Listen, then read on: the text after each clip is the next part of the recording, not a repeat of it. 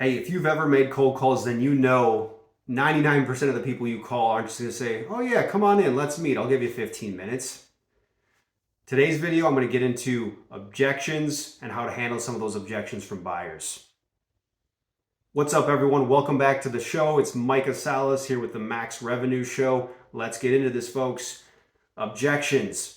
Today, I'm going to pull out a piece of paper. I'm going to read through some objections that I commonly hear for us insurance producers out there. There's really only a couple. I'm not going to get into all of them because at the end of the day, who cares? You don't need to know some crazy story like, I can't even think of a good example. I'm not even going to get into that. So here's the ones I'm going to share with you that I hear the most, and use them if you like them.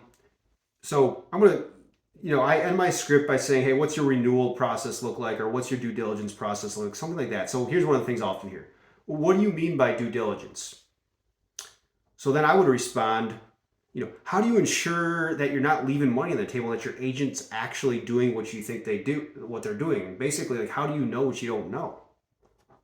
There, okay? I'm responding with a question. Here's another one I'll hear. Hey, we've had an agent for 10 years, 30 years, whatever. We never look. Man, that's okay. I'm not actually looking to break up a happy home. Instead, I was looking for companies that think it makes sense to keep their agents honest every once in a while. But it sounds to me, if I'm understanding you right, like you don't think that anything better could even exist. Is that right?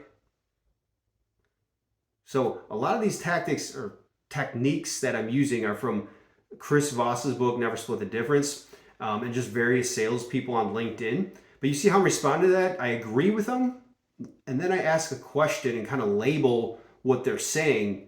And it's really powerful because they're like, yeah, if they're not thinking that, they're going to kind of be like, okay. But if they are, again, remember the purpose of the call is not just to push for meeting. If they are, like, yep, love them, married to them, never look, they keep saying that, I'm not going to keep coming back at them. I'm going to, rebut once or twice, and then I'm going to say, okay, that's fine. Another one.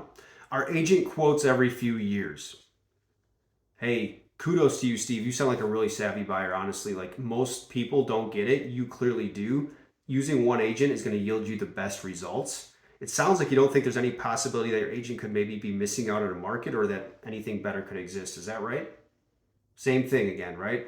Not bashing them, agreeing with them, complimenting them, and then labeling what I'm hearing, repeating what I'm hearing to them in a way that's like, okay, I'm kind of making them get off the fence. Another one, quoted in the past never yields good results. It's kind of been a waste of time. Hey, I totally get that. I hear that frustration from a lot of buyers, Steve. And I agree that quoting with multiple agents just doesn't really work very well. It sounds like you've given up on the idea that anything better could exist. Again, you see where I'm going with all these, right? And my technique is not to try to close always. It's just to have a conversation first, right? Now, we want to come back full circle eventually, which we will. But here's another one. Hey, we're not quoting this year. Hey, I understand, insurance can't be a priority every year, right? Let me ask you though, is this just because you don't have time, or are you basically just married to your agent and never talk to other agents? Again, I'm trying to kind of extract like what's the real deal here. Now say, oh, it's just a time thing. That's it. Cool. If it's just a time thing, well then, that means maybe there's an opportunity for next year, or if you're calling out early enough, maybe there's an opportunity for this year, right? Now, I try to always come back full circle, like regardless of what they say. They might say, yeah, we're have our agent, we're just happy, and the conversation's kind of going. Here's how I always try to close out every call, kind of one last Hail Mary out there, and this is pretty much the close.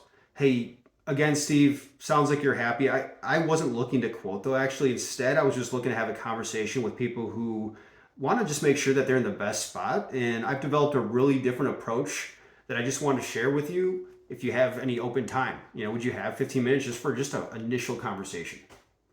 That's kind of how I ended the close. One last ditch effort. It's yielded some really good results. Thought I'd share with you all as well. So anyways, those are some common objections I hear. I think you've probably heard those as well. Are my answers the best? I don't know, but they've worked pretty well for me. I think they can work for you as well.